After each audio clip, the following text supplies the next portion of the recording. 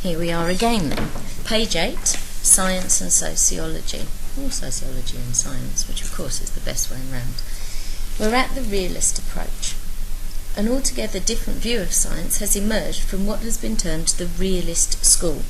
This argues that it is misleading to typify science as being based on experiment, and that outside the laboratory, scientists are faced with as many uncontrollable variables as social scientists. What we have to remember is that we talk about science and we think that it is very controlled, that it is much easier to test on inanimate objects. But the realist school is saying, well, hold on, there are thousands of different forms of rocks if you're going to test on those. So natural science has just as many problems as social scientists.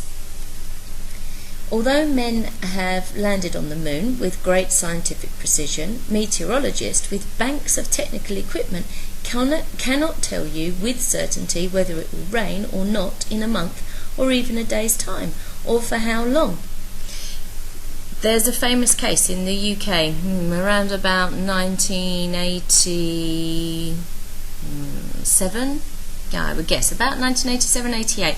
We can look it up to be sure, where Michael Fish on the weather forecast said that he'd had a letter in from a viewer who'd said she'd heard that there was going to be a tornado, no, maybe not a tornado, anyway, a really bad thunderstorm, yeah, I think it was a tornado, and he said, you don't need to worry, Mrs. whatever your name is, nothing's going to happen, you can sleep safely in your bed. And that night there was this awful weather condition that ripped roofs off of people's houses. People died in floods and whatever else because they were caught out in it. So here we have a scientist, a meteorologist, who claims he can do all of these things and find out these things scientifically, and yet they still make huge mistakes. Okay, so this is where the realist school is coming from. Don't think that all natural scientists can find all the answers and can find the right experiments to be able to find those. So therefore social science, sociology, has as much chance of getting accurate answers as does natural science. So nor is it the case that scientists work solely on the basis of observation. They cannot see viruses spreading from human to human or continents drifting apart, but they are able to surmise these facts from the evidence of epidemics striking people down or from earthquakes and volcanic eruptions. The real causes are often knowable only by their effects. This, the realists claim, allows social scientists to claim that they too are engaged in the same scientific project where many and complex variables are at work. Okay, so the realist school are trying to give validity to what sociology is doing as regards it being a science. The phenomenological approach. You'll notice I can't pronounce this word. Phenomenologists regard the question of the relationship between sociology and science with great skepticism. Whatever the claims of natural science, there is a crucial difference between people and inanimate objects in that humans think for themselves and have reasons for their behaviour. This in turn enables them to make active sense of their world. Sociologists should be concerned with interpreting this view. Whether social causation exists or not is irrelevant.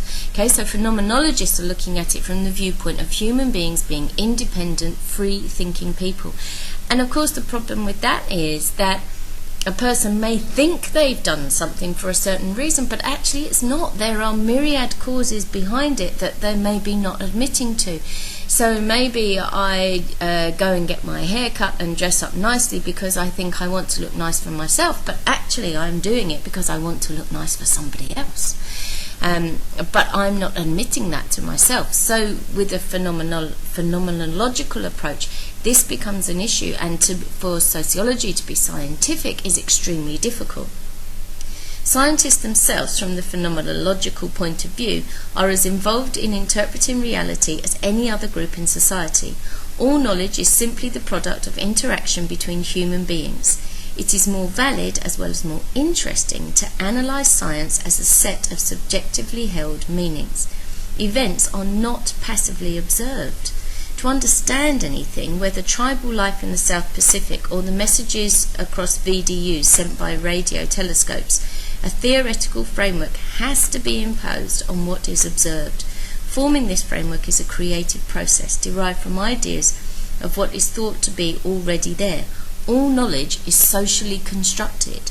So a phenomenologist is saying, okay, when we put together the structures to be able to test something, perceive something, understand something, hypothesize on something, the views that we bring into that are affected by what we have experienced socially previously. So we can't separate out those extra ideas that people are giving us.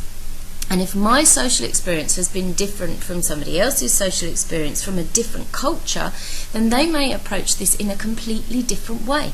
So therefore, for sociology to be regarded as a science is very difficult. There are at least three positions then on the debate about the scientific status of science. Positivist sociologists claim that the methods they use, while not identical to those of the natural sciences, approximate closely enough to them. Social science can be like natural science. The realists claim that in both branches of science, similar problems are faced in postulating the influence of unseeable structures and forces.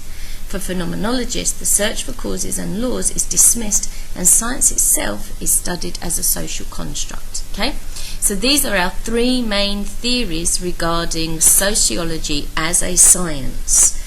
All right, so we have our positivists who are trying to use scientific methods and claim that sociology is doing the right thing. We have our realists who say actually they've got similar problems, and what we have to think about is that both have these very difficult alternatives that make it difficult for hypotheses and postulation. And finally, your phenomenologists who say actually science isn't as objective as it claims to be. It has all the problems that sociology has, and actually we should regard science as a social construct, because what guides the decisions to make scientific laws.